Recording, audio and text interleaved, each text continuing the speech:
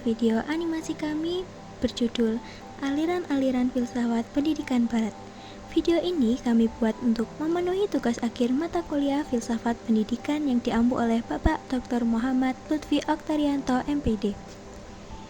Dalam video ini, kita akan bersama-sama mempelajari 6 aliran filsafat pendidikan penting dari dunia barat, yakni ada idealisme, esensialisme, perennialisme, rekonstruksionisme, eksistensialisme, dan progresivisme. Yuk kita simak hingga selesai.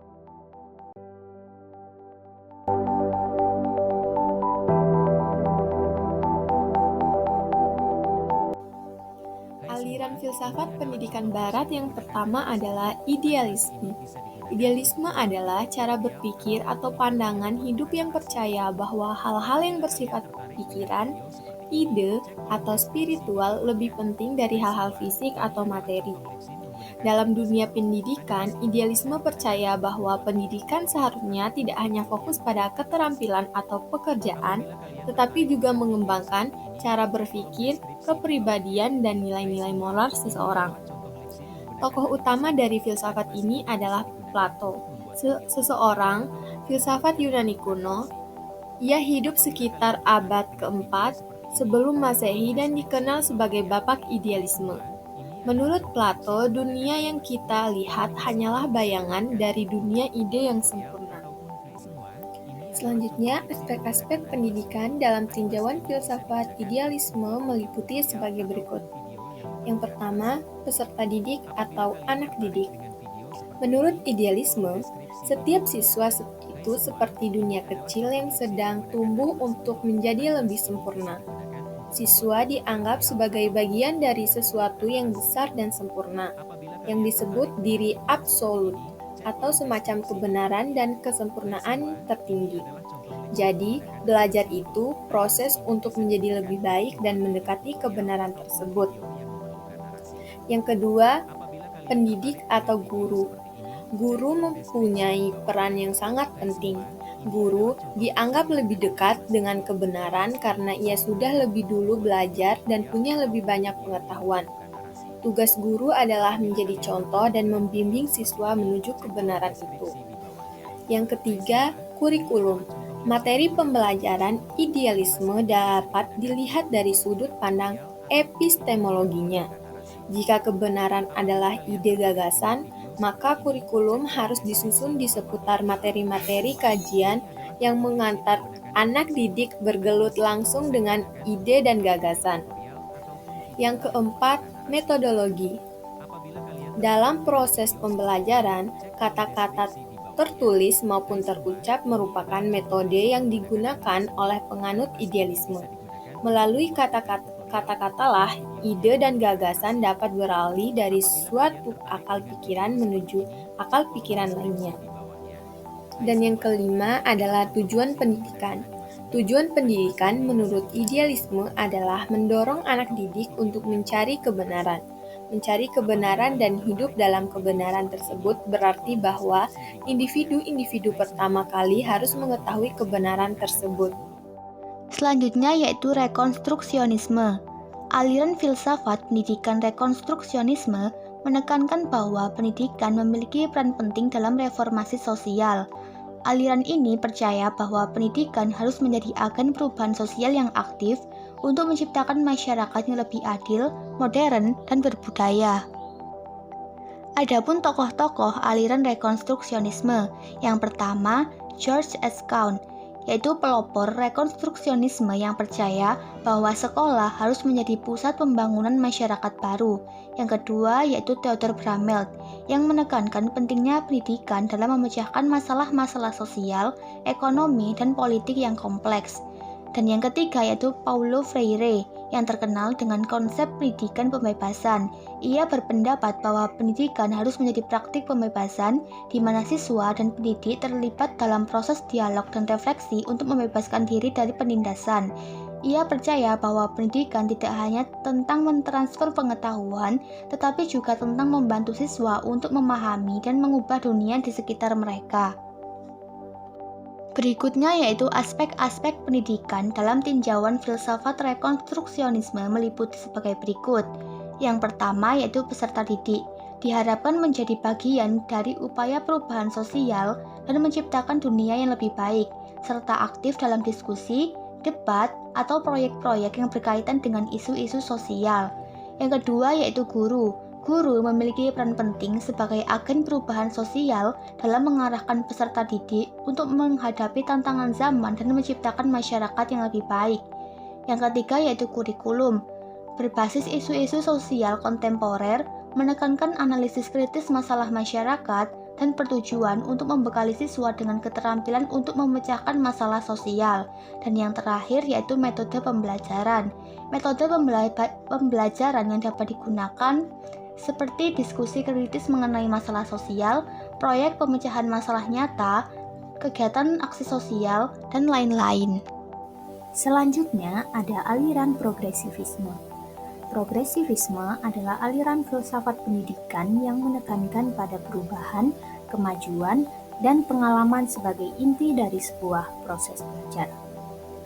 Dalam pandangan progresivisme, terdapat perbedaan antara peran guru dan siswa dalam kegiatan pembelajaran. Karena itu, prinsip pembelajaran mengkehendaki progresivisme pembelajaran yang dipusatkan pada siswa. Adapun peran guru menurut aliran progresivisme ialah berperan sebagai fasilitator, pembimbing, dan pengarah bagi siswa. Berkaitan dengan tujuan pendidikan, maka aliran progresivisme lebih menekankan pada memberikan pengalaman empiris kepada peserta didik sehingga terbentuk pribadi yang selalu belajar dan berbuat. Maksudnya, pendidikan dimaksudkan untuk memberikan banyak pengalaman kepada peserta didik dalam upaya pemecahan masalah yang dihadapi di lingkungan sehari-hari. Dalam hal ini, pengalaman yang dipelajari harus bersifat real dan sesuai dengan kehidupan nyata. Oleh karena itu, seorang pendidik harus dapat melatih anak didiknya untuk mampu memecahkan problem-problem dari kehidupan.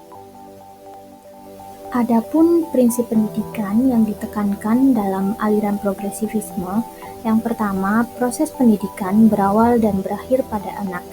Yang kedua, subjek didik adalah aktif, bukan pasif. Yang ketiga, peran guru hanya sebagai fasilitator, pembimbing, atau pengarah. Yang keempat, sekolah harus kooperatif dan demokratis. Dan yang kelima, aktivitas lebih fokus pada pemecahan masalah, bukan untuk pengajaran materi kajian. Selanjutnya ada esensialisme. Esensialisme berasal dari kata essence yang berarti esensi atau inti. Dalam konteks filsafat pendidikan, esensialisme adalah aliran yang percaya bahwa ada pengetahuan, nilai, dan keterampilan esensial yang harus dikuasai oleh setiap siswa, agar dapat hidup secara bermakna dan produktif dalam masyarakat. Berbeda dengan aliran seperti progresivisme yang menekankan pada pengalaman dan perubahan, esensialisme percaya bahwa ada kebenaran dan pengetahuan tetap yang menjadi fondasi pendidikan. Ada beberapa prinsip utama yang menjadi landasan esensialisme dalam pendidikan. Mari kita bahas satu persatu. Yang pertama, penguasaan pengetahuan inti. Esensialisme percaya bahwa siswa harus menguasai pengetahuan dan keterampilan dasar yang menjadi fondasi bagi ilmu lain, seperti membaca, menulis, berhitung, sejarah, dan sains. Kemudian yang kedua ada kurikulum terstruktur dan standar tinggi. Kurikulum dirancang secara sistematis dan bertujuan memberikan bekal pengetahuan yang universal dan relevan untuk semua siswa. Kemudian yang ketiga ada peran guru sebagai otoritas akademis. Guru tidak hanya sebagai fasilitator, tetapi juga sebagai sumber utama pengetahuan yang memiliki tanggung jawab untuk mentransfer pengetahuan kepada siswa. Lalu yang keempat ada disiplin dan etos kerja. Esensialisme sangat menekankan pentingnya disiplin belajar, kerja keras, dan rasa hormat terhadap otoritas. Lalu yang terakhir, pendidikan untuk kepentingan masyarakat. Tujuan pendidikan bukan hanya untuk pengembangan individu, tetapi juga untuk menciptakan warga negara yang kompeten, bertanggung jawab, dan loyal terhadap bangsa. Tokoh utama esensialisme adalah William C. Buckley, seorang pendidik yang sering disebut sebagai Bapak Esensialisme, karena tulis-tulisannya yang menyerukan pentingnya disiplin dan standar akademik tinggi dalam pendidikan. Selanjutnya ada perennialisme. Kata perennialisme berasal dari bahasa Latin perennis yang berarti abadi atau selalu ada. Dalam konteks filsafat pendidikan, perennialisme adalah aliran yang percaya bahwa ada kebenaran-kebenaran tetap dan universal. Berbeda dengan aliran seperti progresivisme yang menekankan perubahan dan pengalaman langsung, perennialisme percaya bahwa inti dari pengetahuan dan nilai-nilai moral itu bersifat tetap dan dapat ditemukan dalam karya-karya besar para pemikir dunia. Aliran ini pada dasarnya merupakan pengembangan dari filsafat klasik. Namun, istilah perennialisme baru populer pada abad ke-20 terutama lewat tulisan dua tokoh utamanya, Robert Maynard Hutchinson, mantan rektor Universitas Chicago yang mengembangkan sistem pendidikan berbasis Great Books. Lalu ada Mortimer J. Adler, filsuf dan pendidik yang menulis banyak karya tentang pendidikan berdasarkan prinsip-prinsip perennialisme. Ada beberapa prinsip penting yang menjadi landasan perennialisme dalam pendidikan. Yang pertama, kebenaran itu tetap dan universal. Perennialisme meyakini bahwa ada kebenaran objektif yang tidak berubah oleh waktu, budaya, atau tren. Kemudian yang kedua ada pendidikan untuk pengembangan rasio dan budi pekerti. Tujuan pendidikan bukan hanya mentransfer informasi, tetapi membentuk manusia yang bijaksana, rasional, dan bermoral. Lalu yang ketiga ada belajar dari para tokoh besar dunia. Siswa didorong untuk membaca dan mendiskusikan karya-karya besar atau great books dari Plato, Shakespeare, sampai Einstein. Lalu yang keempat, guru sebagai penuntun intelektual. Guru bertugas membimbing siswa agar mampu berpikir kritis dan memahami kebenaran yang bersifat universal. Lalu yang kelima, kurikulum berpusat pada humaniora dan filsafat, pendekatan pada mata pembelajaran seperti filsafat, sastra, sejarah, logika, dan agama. Dan yang terakhir, pendidikan seumur hidup atau lifelong learning. Proses belajar tidak berhenti saat keluar dari sekolah, tetapi terus berlangsung sepanjang hayat. Lalu selanjutnya ada eksistensialisme. Eksistensialisme adalah aliran filsafat yang menekankan keberadaan individu, kebebasan, dan tanggung jawab pribadi dalam menentukan makna hidupnya. Filsafat ini berkembang pada abad ke-20 dan banyak dipengaruhi oleh pemikiran para filsuf seperti ini. Yang pertama ada Søren Kierkegaard, sering dianggap sebagai bapak eksistensialisme. Ia menekankan pentingnya pengalaman subjektif dan pilihan individu. Lalu ada Jean-Paul Sartre, mengajarkan bahwa manusia bebas menentukan nasibnya sendiri dan bertanggung jawab atas pilihannya. Selanjutnya ada aspek-aspek pendidikan dalam eksistensialisme. Eksistensialisme dalam pendidikan menekankan kebebasan individu dalam belajar dan berkembang. Beberapa aspek pentingnya meliputi 1. Kebebasan dan tanggung jawab. Siswa diberi kebebasan untuk memilih cara belajar mereka sendiri dan bertanggung jawab atas keputusan mereka. Yang kedua, pendidikan yang berpusat pada individu. Setiap siswa dianggap unik dan memiliki potensi yang berbeda. Yang ketiga, ada pengalaman dan makna. Pendidikan tidak hanya tentang transfer pengetahuan, tetapi juga membantu siswa menemukan makna dalam hidup mereka. Dan yang terakhir, keempat, interaksi sosial.